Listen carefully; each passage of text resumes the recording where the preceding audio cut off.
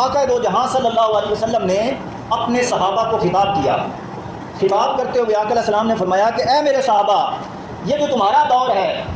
صحابہ سے خطاب کیا، فرمایا کہ یہ جو تمہارا دور ہے، تمہارا زمانہ ہے جس میں تم ہو اور تمہارے بعد تابعین ہیں، اتباع و تابعین ہیں، یہ جو تمہارا دور ہے اس میں فقہا یعنی دین کی سمجھ رکھنے والے، دین کی سمجھ بوجھ رکھنے والے بہت زیادہ ہیں. حضور نے اپنے صحابہ سے خطاب کیا کہ تمہارے اندر، تمہارے اس دور میں اور تمہارے بعد تابعین، اتباع و تابعین کے دور میں ایسے بہت سے فقہا ہیں، دین کی سمجھ بوجھ رکھنے والے بہت زیادہ ہیں، جن کو دین کی سمجھ ہے، وہ کثیر ہیں، بہت زیادہ ہے، مگر خطیب شاندار خطاب کرنے والے کم ہیں. حضور نے صحابہ سے فرمایا کہ شاندار خطاب کرنے والے تمہارے دور میں کم ہیں،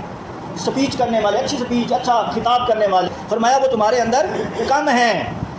دین کی فہم رکھنے والے بہت زیادہ ہیں، مگر اس کو خطاب کی شکل دینے والے، دین آپ میں ہے، دین کا علم آپ میں ہے، مگر اس کو خطاب کی شکل میں دینے والے اے میرے صحابہ تمہارے درمیان کم ہیں. کیونکہ ہر کوئی مجھ سے براہ راست علم لے رہا ہے، تو ہر کسی کے پاس علم ہے. تو حضور نے یہ نکتہ سمجھنا ہے. حضور نے فرمایا کہ اب تمہارے دور میں علم کی جو اہمیت ہے وہ کم ہے، عمل کی اہمیت زیادہ ہے. حضور نے صحابہ سے فرمایا کہ علم تمہارے اندر ہے کیونکہ مجھ سے تو آپ نے براہ راست علم لیا ہے. صحابہ سے فرمایا مگر عمل جو ہے نا، عمل وہ تمہارے درمیان جو ہے وہ زیادہ ہونا چاہیے. اسی طرح علیہ السلام نے فرمایا کہ ایک زمانہ ایسا آئے گا، میری امت میں ایک ایسا زمانہ آئے گا عن قریب، میری امت پر وہ زمانہ آئے گا کہ اس زمانے میں دین کا اصل جو فہم ہے، گہری سوچ رکھنے والے علماء وہ کم ہوں گے. آخری زمانے میں گہری سوچ رکھنے والے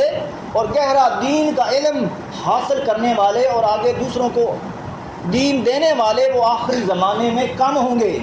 اور خطیب زیادہ ہوں گے. حوالے میں نے آپ کو دے دیے، خطیب زیادہ ہوں گے، جگہ جگہ پر لوگ لچھے دار تقریریں کریں گے.